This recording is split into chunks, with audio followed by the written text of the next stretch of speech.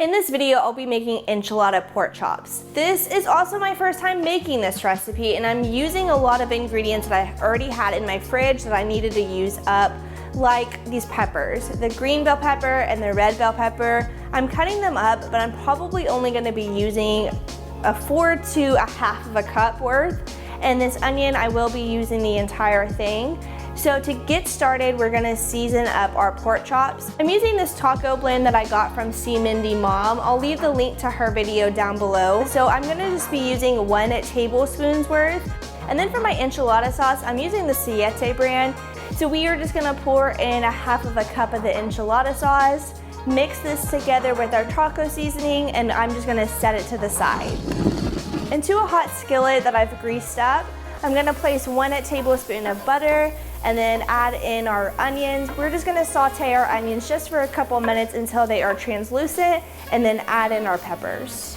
So I probably have about a 1/4 cup of remaining peppers that I am just gonna place those to the side so I can use that in another recipe. Once our bell peppers are cooked, we are gonna add in 1 can of hot rotel. So once poured in, we are just gonna stir it around. I am gonna cook this down for a little bit just so the juice does absorb, because I know I kind of scooped it out and not had as much juice, but I wanted that overall flavor without it being too runny. So I'm just gonna make enough space that I can plop the pork chops right in the middle. After a few minutes, I went ahead and preheated my oven at 350 because we are gonna be placing this in the oven just for a few minutes for that cheese that we are gonna be adding to the pork chops to melt down. I'm gonna get as much of that enchilada sauce as I can out.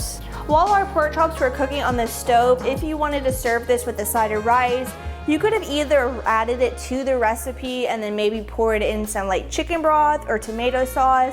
That way that the rice can cook with your pork chops. Put that into a baking dish, and then you could have placed all of it in the oven to cook all at one time. Or you could do the bagged minute rice for a really quick side. For this recipe, we are gonna be using Monterey Jack cheese. I shredded this up myself the other day, so that's why it is a little bit clumpy, but that is fine. We are just gonna place this right on top. Our oven is almost done preheating. They have just a little bit of a pink left in the center, which is fine. So these won't take much time at all to finish cooking. That is perfectly cooked. It is just dripping with juice. Very, very, very slight pink right there in the middle. That is awesome. Okay, let's take a bite of this pork chop, but I wanna make sure that I get some of this rotel and pepper mixture. That looks like a good bite. I can already tell it is steaming. Can you see that steam coming off? This is probably the best cooked pork chop that I've ever made. It is so juicy, it's not overcooked, it has the right amount of pink in there. The spice isn't over the top. Y'all know I love my spice, but it's just a subtle hit on the tongue. If you're not a spice person, maybe cut back on the taco seasoning or leave out the rotel or even do the mild rotel, but it is so good. If you need some recipe ideas, you can check out this Cajun cracked chicken burrito recipe. It's a little out there, but it was so good, and I will catch you guys there.